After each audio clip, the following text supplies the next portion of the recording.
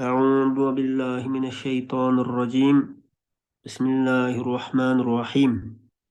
الحمد لله رب العالمين، والعاقبة للمتقين، والصلاة والسلام على نبينا محمد وعلى آله وصحابته ومن اتبعهم بإحسان إلى يوم الدين.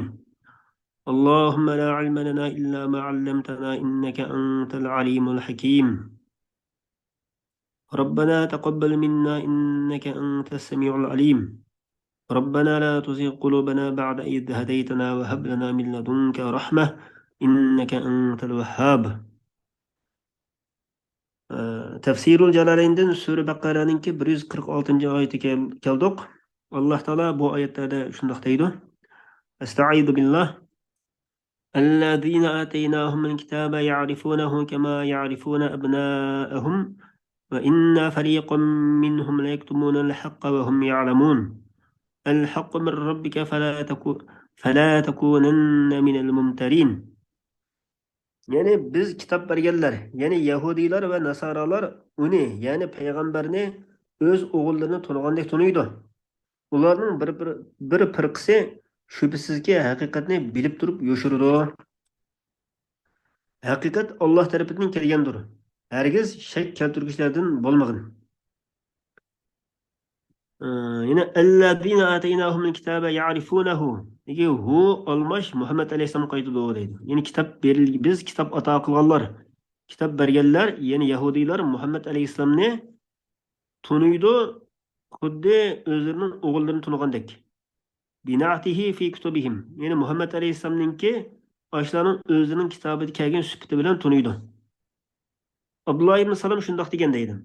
Ben Muhammed Aleyhisselam'ı ko'rgan vaqtimda xuddi o'g'limni tunugandek tunugan edim.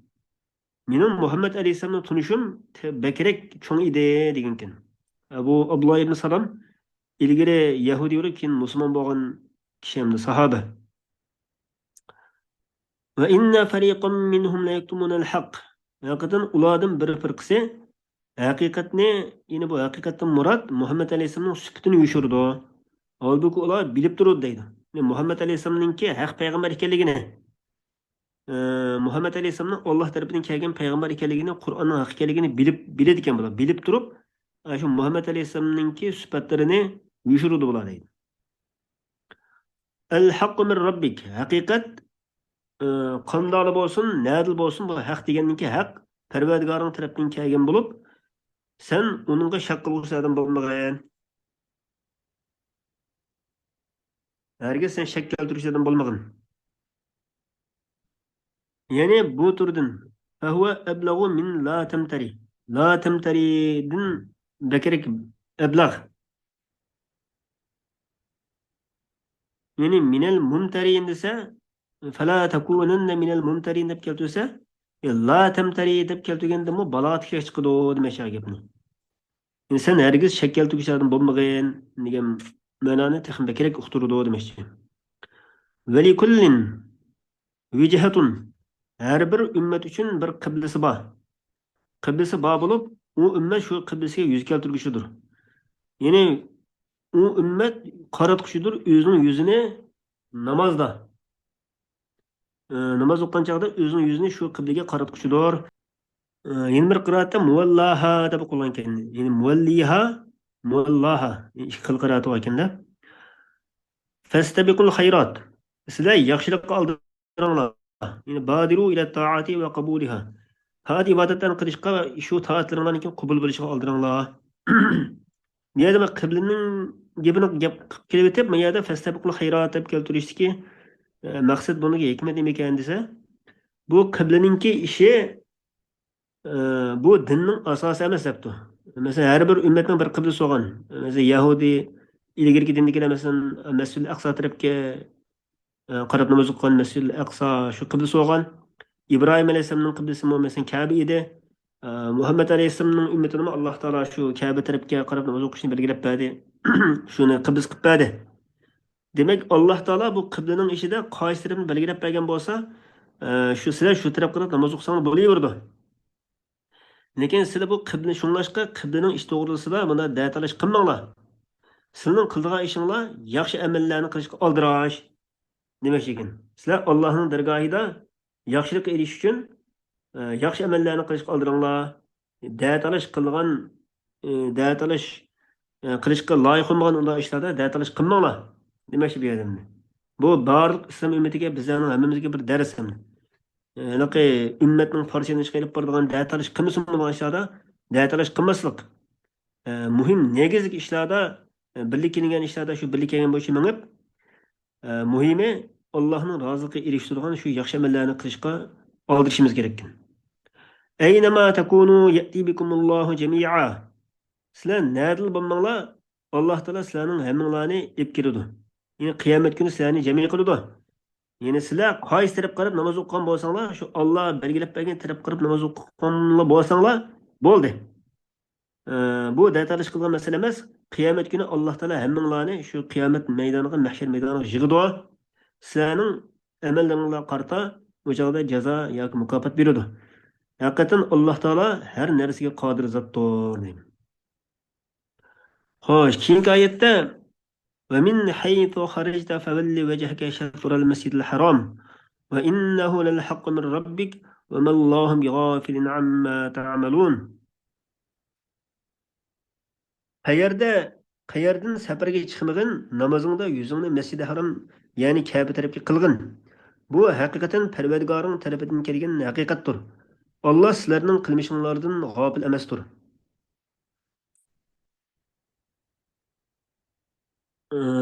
Ya'ni vamallohu bighafilin amma ta'malun degan ha bilan ya bilan o'qilgan ekan. Ta'malun, ya'malun. Buningki tafsiri ilgari o'tdi deydi. Shuni qanday ma'no uqtirganligi ilgari deyilgan hamda. Ikki xil o'qilgan chog'da. Buni Alloh taolo takrorladi li bayani tasawi hukm safari va g'ayrihi. Ya'ni vamallohu bighafilin amma ta'malun deganda qayta takrorlab keltirishi safarninki va safardan boshqa muqim holatdagi har qanday chog'dagi hukmning barobar ekanligini bayon qilish uchun deydi. ومن حيث خرجت فول وجهك شطر المسجد الحرام وحيث ما كنتم فولوا وجوهكم شطره لئلا يكون للناس عليكم حجة إلا الذين ظلموا منهم فلا تخشوهم واخشوني وليتم نعمتي عليكم لعلكم تهتدون. Kişiler yani Yahudiler ve müşriklerge sizlerge karşı delil ispat bulması için Muhammed sefer kılışka qayerden çıkmagın namazında yüzünü Mescid-i Haram tarafga qilgin. Müminler sizler mi qayerda bulmanglar namazınlarda yüzünlerini Mescid-i Haram tarafga qilinglar. Fakat ularning ichidagi zulm qiluvchilarla qiblaning o'zgarganligini sizlarga qarshi dalil qilib oldi. Ular yani zolimlardan qo'rqmanglar. Mening amrimni tutish bilan mendan qo'rqinglar. Qiblani o'zgartishga amr qilishim sizlarga bergan ne'matimni kamolatga yetkazishim uchun va to'g'ri yo'lda bo'lishinglar uchundir. Ya'ni va min haythu kharajta degan safar uchun nadilla chiqmagan chiqsang, qaratqin yuzingni Masjidil Haram tarafga. Haqiqatan bu Parvardigoring tarafdan kelgan bir haqiqatdir. Allah sizlarning qilayotgan ishinglarni g'ofil emasdir. Nima oyatni deb qo'ygandik. Va min haythu kharajta. Sen nadin chiqmagin, yuzingni Masjidil Haram tarafga qaratqin. Va haythu ma kuntum. Nadil bo'lmanglar, yuzinglarni Masjidil Haram tarafga qaratinglar. Bu yerda Alloh taolo shuni ta'kidlash uchun takrorladi. Demak, qiblaninki biz islom ummatining hozirgi qiblasi Ka'ba ekanligini bizga Alloh taolo ta'kidlash uchun shuni takrorlab keltirgan. Namoz safarga chiqayli, muqomalat o'layli, cho'qim shu qiblani tepishimiz kerak. Namozning durust bo'lishining sharti qiblaga yuz keltirish. Lekin safar holatida ilgirki tafsirda ilgirki dars o'qib o'tdik. Safar holatida bo'lsa nafl namozni qiblaga qaramasang boshqa tarafga qarab o'qisin bo'laver ekan. Uloqning ustida bo'lgan chog'dimi shu nafl namoz o'qisa durust bo'ladi deydi. Uloqning ustida turib. Lekin farz namozda bo'ldi ekan, mayli safarda bo'lsin, mayli muqim holatda bo'lsin, cho'qim qiblani tepish kerak. Qiblaga yuz keltirish farz. Agar qiblaga yuz keltirmagan bo'lsak, namoz durust bo'lmaydi.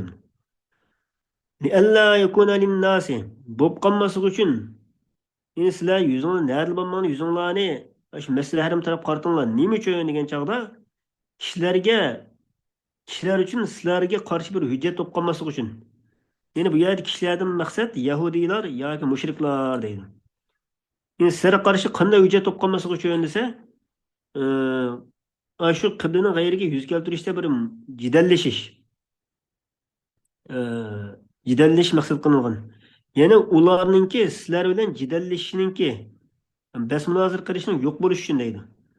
Nima desa, Yahudiylar bo'lsa bu Muhammad bizning dinimizga tanidi ekan-yu, lekin bizning qiblimizga ergashidi ekan degan mushu so'ziga qarta. Mushriklarni bo'lsa u Muhammad alayhisalom Ibrohim alayhisalomningki millatiga dinini da'vo qilgan-yu, lekin uning qiblisiga muxolif ish qildi ekan, uning qiblisiga yuzlanmaydi ekan deydigan mushundaq gap so'zlarningki bas munozirlarning yo'q bo'lishi uchun deydi.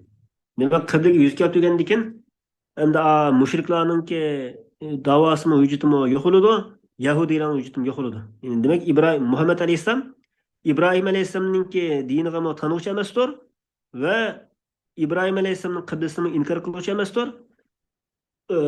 Her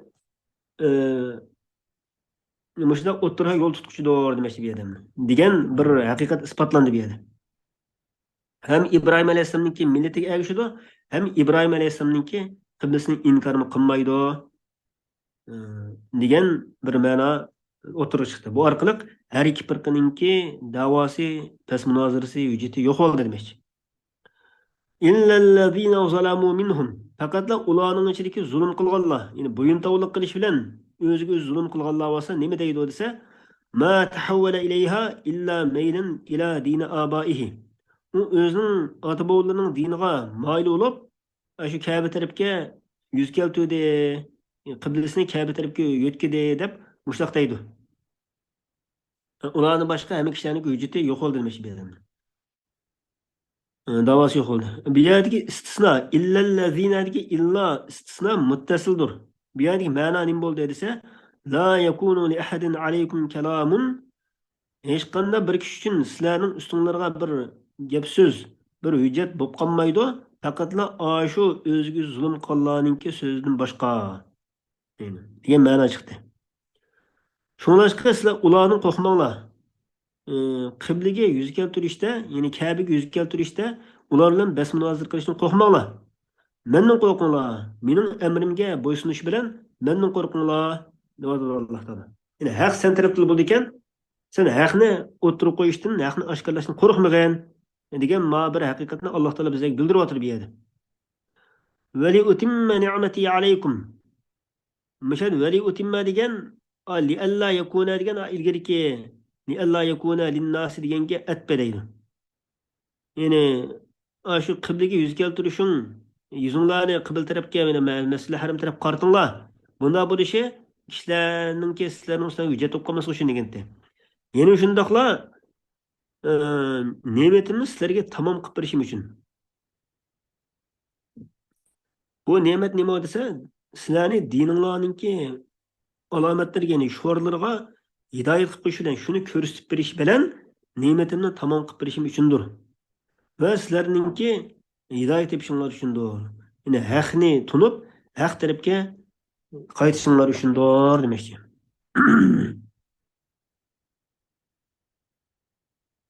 Qiblani o'zgartirishga amr qilishim sizlarga bergan ne'matimni kamolatga yetkazishim uchun va to'g'ri yo'lda bo'lishinglar uchundir demoqchi ekan.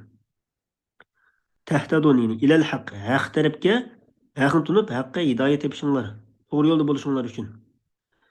Kama arsalna fiikum rasulan minkum yatlu alaykum ayatina va yuzakkikum va yuallimukumul kitaba wal hikmata va yuallimukum ma lam takunu ta'lamun. Shuningdek, yana sizlarga bergan ne'matimni kamolatga yetkazganimdek, o'z ichinglardan sizlarga bizning oyatlarimizni tilovat qilib beradigan, sizlarni mushriklik va gunohdan pok qiladigan, sizlarga kitobni, ya'ni Qur'onni va hikmatni, ya'ni diniy ahkomlarni o'rgatadigan, sizlarga bilmaganlaringlarni bildiradigan bir payg'ambar avatdiq. Kama arsalna degan vali utimma deganga mutaalliq ekan. Yana mushu sizlarga ne'matimni tamom qilib bergandek demoqchimdi. Ne'matimni tamom qilib bergandek, avatdiq biz sizlarga o'zinglarning bir payg'ambarni. Sizlarga bir payg'ambar avatish bilan ne'matimni tamom qilib berganga o'xshash demoqchi. Yine o payg'ambar kim bo'lsa Muhammad sallallohu alayhi vasallam. U payg'ambar sizlarga mening oyatlarimni, ya'ni Qur'onni tilovat qilib turadi va sizlarni shirkdan poklaydi va sizlarga kitobni, ya'ni Qur'onni o'rgatadi va hikmat o'rgatadi. Ya'ni hikmatdan maqsad Qur'ondagi ahkamlar deydi. Va sizlar bilmagan narsani bildiradi. Ya'ni sizlarga mushunda qilgan bir payg'ambarni avatdiq deb atadi Alloh taolo. Avatdim. فاذكروني أذكركم واشكروا لي ولا تكفرون. Ey müminler,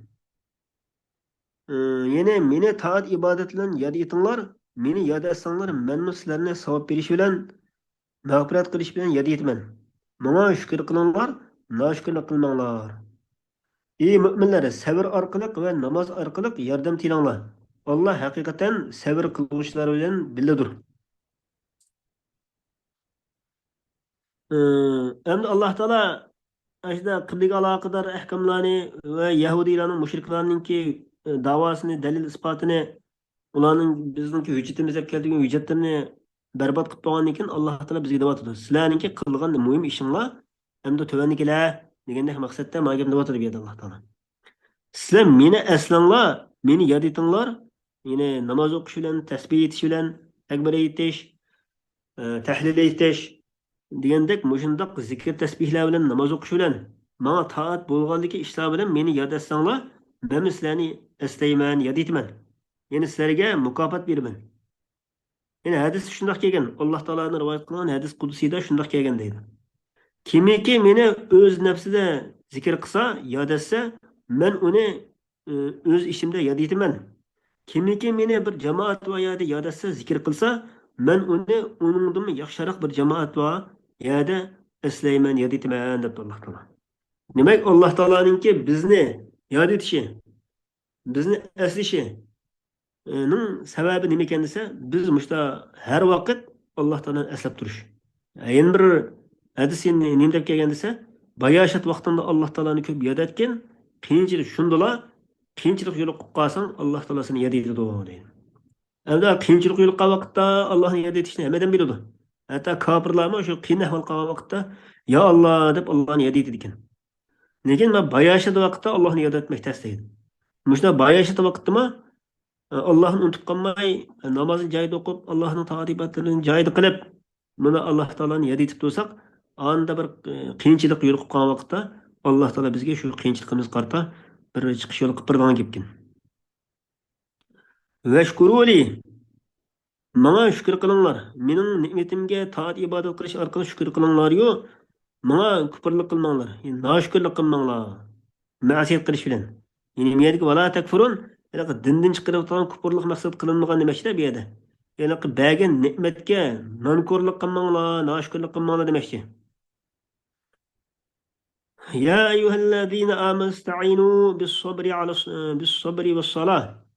Ey müminler, iman etgan müminler, yardım talep qilinglar oxirat diyoriga sabr qilish bilan va namoz o'qish bilan deydi.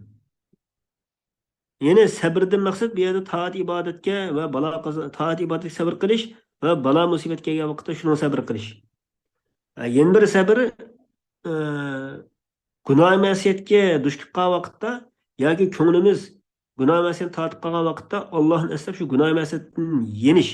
Bu bir sabrning turi ekan. Yana birisi taat ibodatlarni joyida qilishga sabr qilish.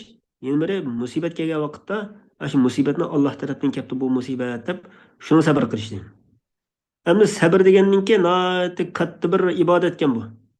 Endi haqiqiy sabr Alloh savob beradigan, Alloh taolo ajr beradigan sabr qaysi sabr ekan desa, tunji musibat beshimizga bir musibat kelgan vaqtning o'zilamla bu Alloh tarafdan kelibdi bu musibat menga deb shuni sabr qila olsak, haqiqiy sabr bo'ldi ekan.